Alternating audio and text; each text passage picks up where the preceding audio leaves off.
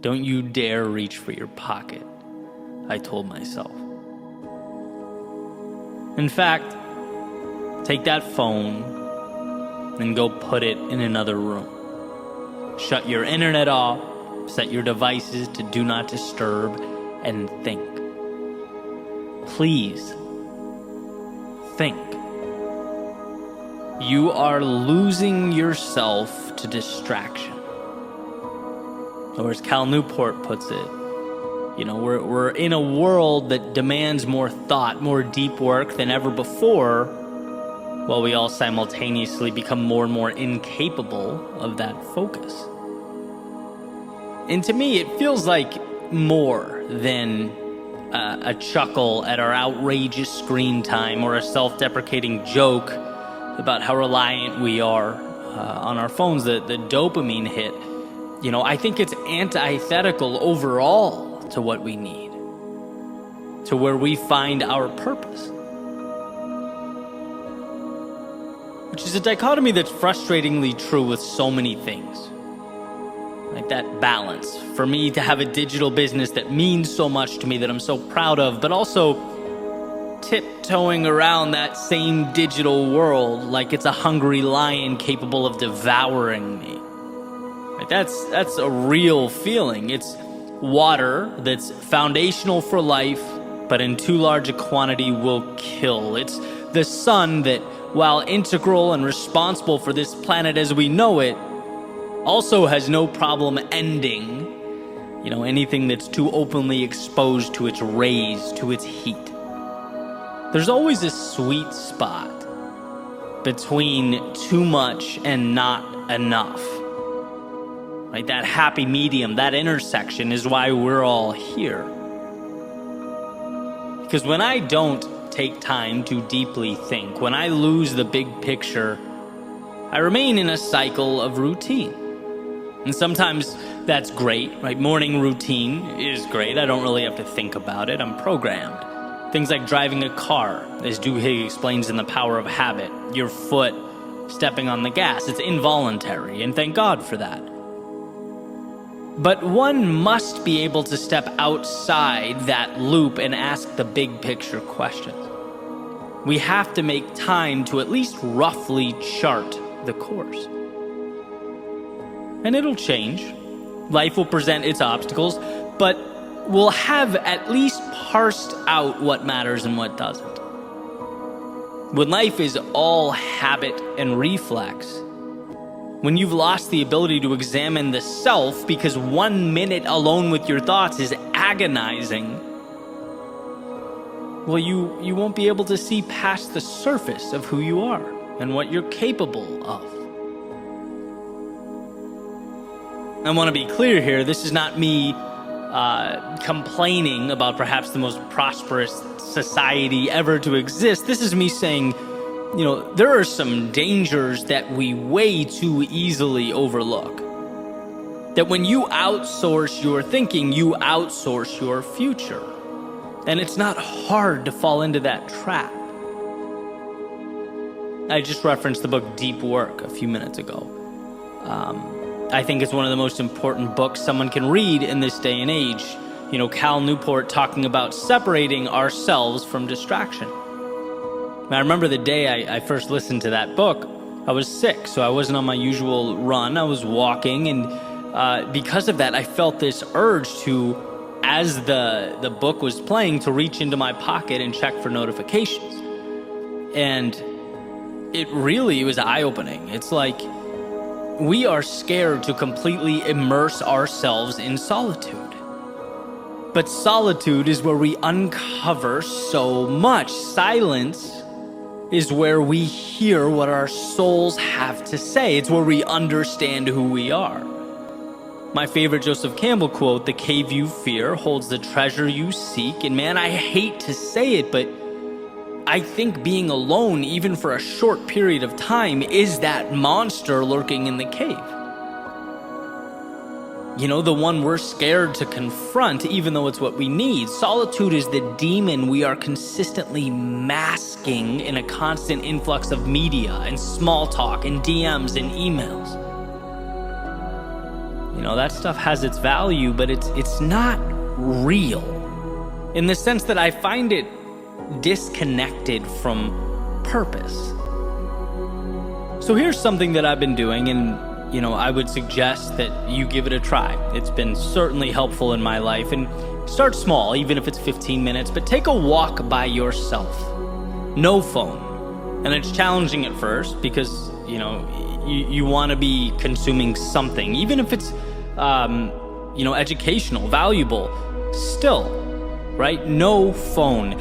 Solitude. Think about life. Think about who you are. Think about what you've always wanted and where your current reality aligns. Think about how much you have and how lucky you are. Think about any or all of these things, but think.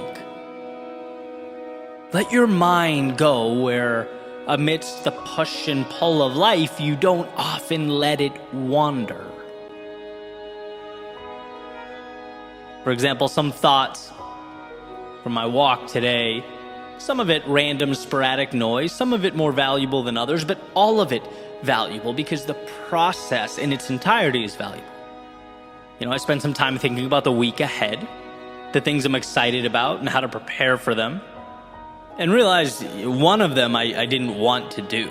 I then had that debate with myself, well, do I not want to do it because it doesn't align with my goals or because it makes me uncomfortable? Came to the conclusion that I think it's the latter, so it's staying in my schedule, but I'll reassess. I thought about Florida. I consistently think about how lucky I am to be down here after living in so many cold places.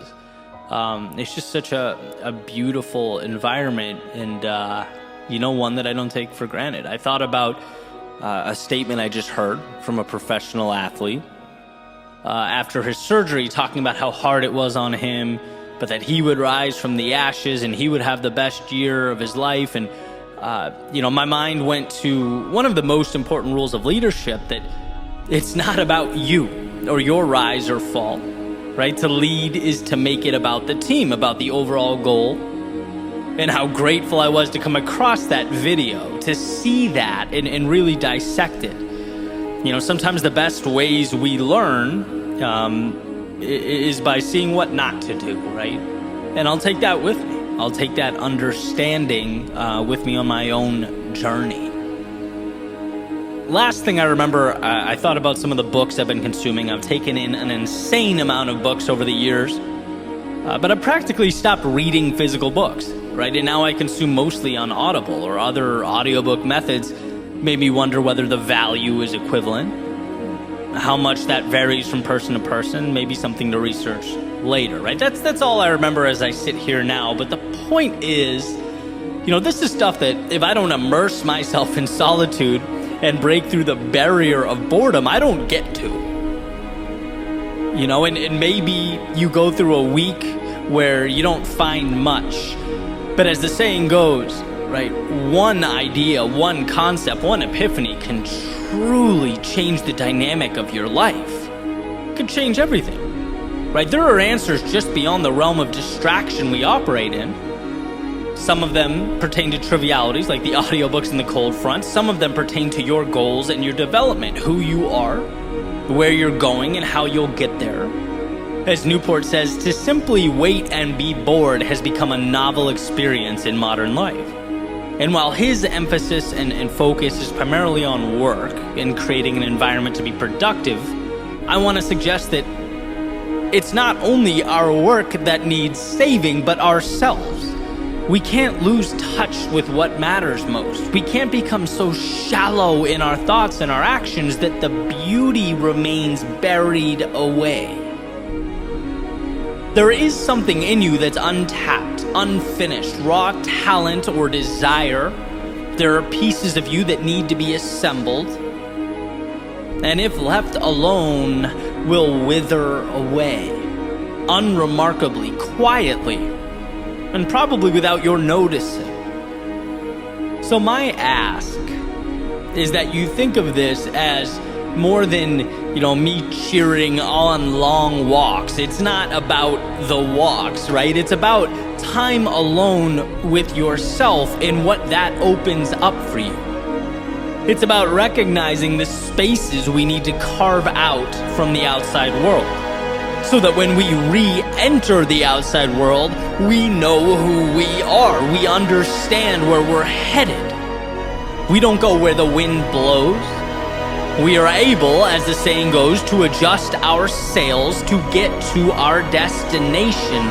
All you need is more time with you.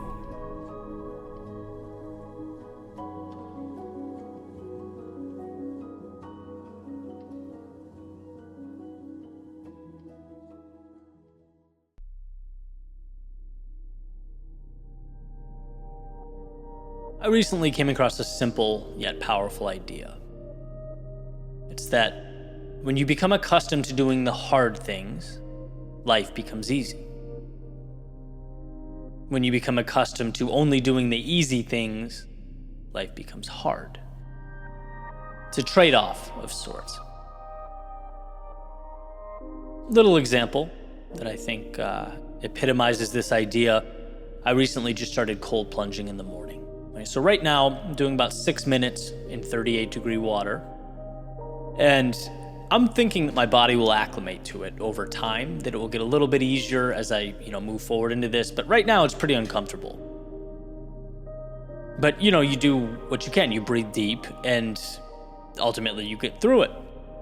And as I was in there today, I thought of 3 ideas that I think are worth sharing. So they all have to do with sitting in the cold plunge, which is where I was when I thought of them, and then I'll sort of pull them up, expand them out to everyday life, which I obviously love to do and I think is impactful. Here are the 3 ideas. The first one is, don't give your brain room to negotiate. When you have your mind made up, when you're set on a target, you go. First thing I was told, when getting in the cold plunge is don't stop, don't feel the water, don't get in slowly, don't give your rational brain an opportunity to do any convincing or negotiating. Go get in, right? Before your body realizes how cold it is and can talk itself out of it. Because by the time you realize what's going on, you're submerged. You've already begun. And as we know, beginning is often the hardest part. Number 2 is you can do anything if you make the discomfort work for you. You don't work for the discomfort. So it's about positioning yourself to focus on the right things, which this exercise reinforces. You count the time, you play mental games, you make each of the 6 minutes its own thought experiment, whatever you need to do to get through it. And this video right now, this episode, the idea for it happened between minutes 3 and 4. That's just value that was squeezed out of the process. I've started calling the 60 seconds between minute 3 and minute 4 the bridge. Right? In my mind, I hype it up as the most important minute. That way, the last 2 feel like a celebration and not the most difficult.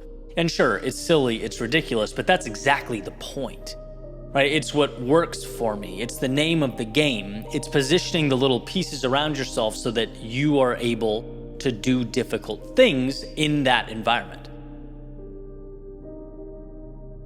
And third, the takeaway, right? I feel amazing afterwards, which I was hesitant to call anything but a placebo for about a week or 2, but definitely the inflammation in my body is noticeably lower.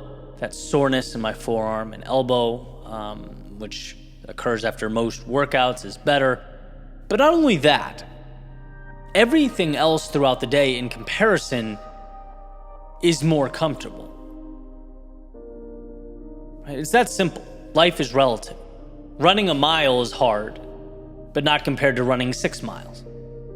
The work I've scheduled is challenging, but not the same kind of challenging as being submerged in 38-degree water.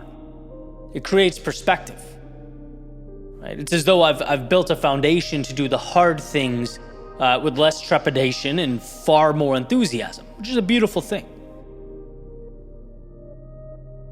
So let's take these 3 thoughts and bring them a bit outside of the cold plunge. Why do we not want to give our brains room to negotiate? Why jump right into the metaphorical ice water? Because when we go, we give ourselves something to react to. We create change. The worst thing we can do is very often nothing. But that doesn't keep our brains from screaming, stop, it's too dangerous, it's too uncertain, it's too cold or hot or different or challenging. The simple act of moving forward with conviction is so powerful. Teach your brain that losing isn't whatever exists outside the door. Losing is doing nothing. Losing isn't the discomfort of the cold water. It's getting your hand in the cold plunge so slowly that you talk yourself out of it. Pick your North Star and go there. Next, on making the discomfort work for you, this is a perspective shift. It occurs when you start seeing what's uncomfortable not as a stop sign, but as a challenge. As the good stuff, the water that grows the plant. It's not supposed to be easy. That's the point. No puzzle is easy, right? Again, the question is, how do you arrange the pieces so that they become manageable? Your innovation and your imagination are required. Make this, we'll call the discomfort an opportunity. Make this opportunity work for you. When the instinct is to stop or quit or run, ask how you can take that feeling and make something with it. Find your value between those minutes 3 and 4. Alter the rules to your game so that you come out on top. I've found this to make a big difference in life's outcomes. You don't work for the discomfort. It works for you. Lastly, remember why. That little exercise every day is 6 minutes, at least right now. 6 hard minutes that makes the rest of my day easier. 6 minutes that unlocks a tremendous advantage. The little hinge that swings the big door. We do the hard things because they make the rest of life easier. It makes me feel physically better, mentally stronger and accomplished. And let's face it, people follow through on who they believe themselves to be. Someone who's willing to do the difficult thing is very hard to beat in other aspects of life. The moments of enduring short-term discomfort, they're not trivial or unnecessary. They set us up for those big picture victories. They become defining in the long run. So, with that said, is this an endorsement of cold plunges? It could be, if that's your thing. But it could be any exercise or action you deliberately immerse yourself into for the purpose of growth. Anything that reminds you enduring the discomfort of today opens up the possibility of a new world entirely tomorrow. It's an easier life brought to you by a willingness to do what is not easy.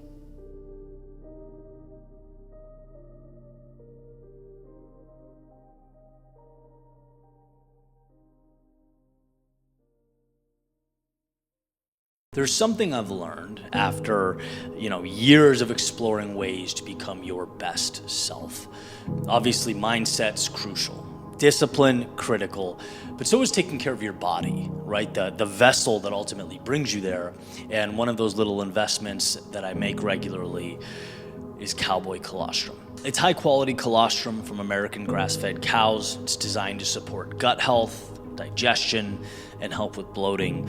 And there's actually some data behind it. So in their clinical study, it was reported that 83% improved gut health, 79% of participants experienced less bloating and inflammation, and 72% improved their digestion. My personal favorite is strawberry, but I know they have a new cookies and cream flavor, and they're just very convenient. They go well in milk, they go well in coffee, they go well in a shake, and just allow you to keep that train moving. So if you want to check it out, you get 25% off your entire order if you go to cowboycolostrum.com/Eddie and use code Eddie at checkout. That's EDDIE.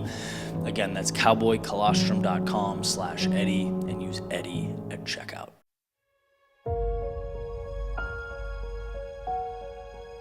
The hard thing brought me through hell, but also to that which exists on the other side. The hard thing prompted me to question and doubt, but also provided the pieces I used to build my confidence little by little. It made me ask the tough questions, the ones maybe I didn't want to hear the answer to, but also gave me the power to transform those answers I didn't like. The hard thing meant forfeiting being the expert in my world in exchange for the role of student in a foreign arena. Gave me new ladders to climb, new possibilities to reach for. It showed that true growth requires a willingness to be the beginner. It took some people out of my arms, my circle, my work, and in some cases my life altogether, but always seemed to open the door to those souls better aligned, those conducive to the journey and the process. Let's remember what the hard thing is. Beyond the pain, because we all know it does bring that. Beyond the challenges, because there are certainly many. Beyond all that exists the hope and the change and the promise. Robert Frost says the best way out is always through. Through because it's the chaos, the haze, the darkness of night that shapes us. It's in being broken that we learn to rebuild our world with the pieces, and perhaps most importantly, we learn that such a rebuilding process is possible to begin with, that the now is not mandatory or permanent. The hard thing, as it turns out, is nothing more than a transaction. Turbulence for the view above the clouds, fear in the moment for confidence in the future. It's learning that although life sometimes appears to paint a picture of conformity and helplessness, there's always a path leading to the very place we need to go. It just asks we find the courage to walk it. Churchill has said, the pessimist sees difficulty in every opportunity. The optimist sees opportunity in every difficulty. And this beautiful message rings true.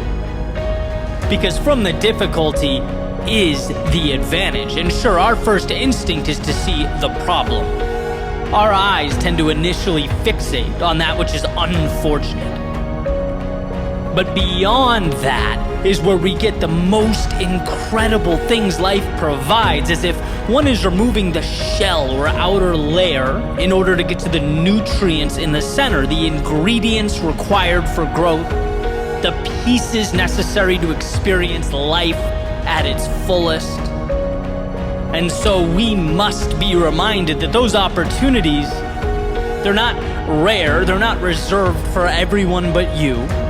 They just tend to disguise themselves as the things we're most inclined to disregard or walk by. But if one finds the courage to move into them, through them, if one can see the difficulty not as a deterrent but as a bargain, they'll be given everything on the other side. Reality is not changed with a magic wand or the granting of a wish. It's from staring down the hard thing and moving directly into it, one little step at a time.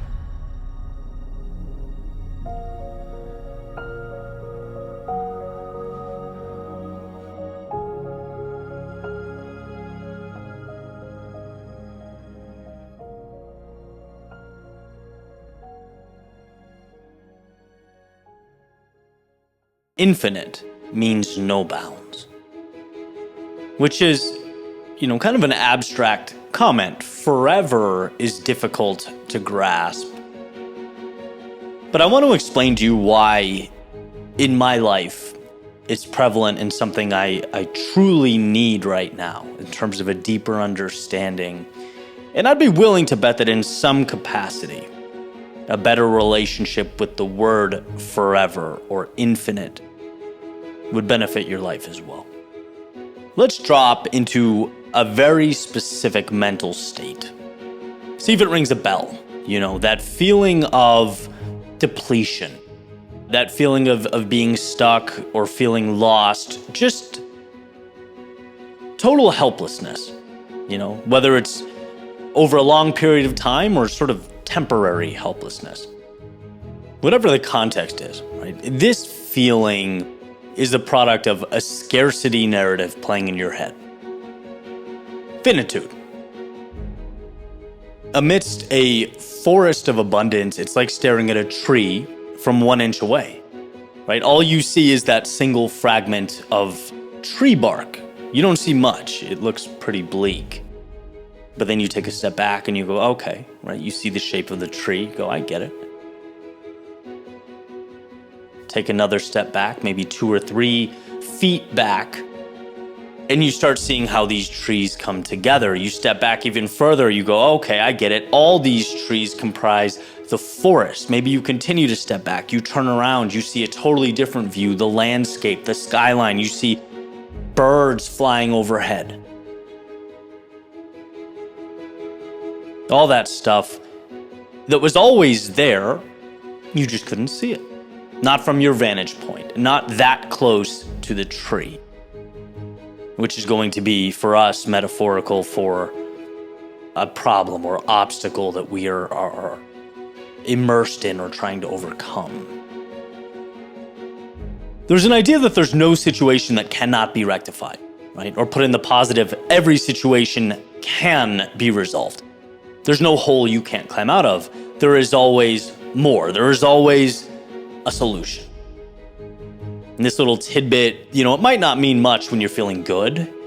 You have momentum, the stars feel like they're aligned for you. But I'll tell you, it can be your saving grace when you are trudging through the valleys of life, the inevitable, difficult periods. For me, it's been everything, right? It's reminded me that there is a way. I just need to find it. It reminds me that I'm capable of solving and conquering even life's greatest tasks. I just need to move into the night with conviction. I need to remember how close I am to that tree, right? And create some sort of separation there. Because look, sometimes life is complex. Sometimes it's nuanced and detailed. And then sometimes the opposite is true. Sometimes it is very simple. And one example of that is that there is always a way, and you are always capable of finding that way, of arriving that solution. Understand that, and you'll see how abundant this dance through life really is. Truth is, personally, sometimes the fear I experience, even about trivial things, just navigating life, it can hit hard, right? I think it's a visceral reaction, like involuntary. It happens. Podcast numbers dipping, business deal falls through, maybe a riff with a family member or friend, right? My brain walks right up to that metaphorical tree, stands there and says, hey, there's nothing you can do. This is it. This is the end. You are stuck. You are lost. You are defeated. You are hopeless. You are all these things, and none of them are good. But what makes human beings special is by understanding there is more, we empower ourselves to create more. We empower ourselves to step 5 feet back, to see the forest, the view of the valley below. Don't settle in the finite. Dive into the infinity that surrounds you.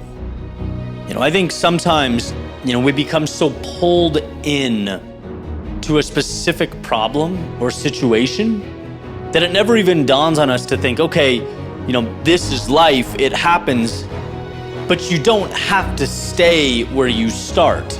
You are not confined to where you are. Because if it's not pushing you forward, it can be altered, mitigated, transformed. It's not an if question. Your ascent is a how question.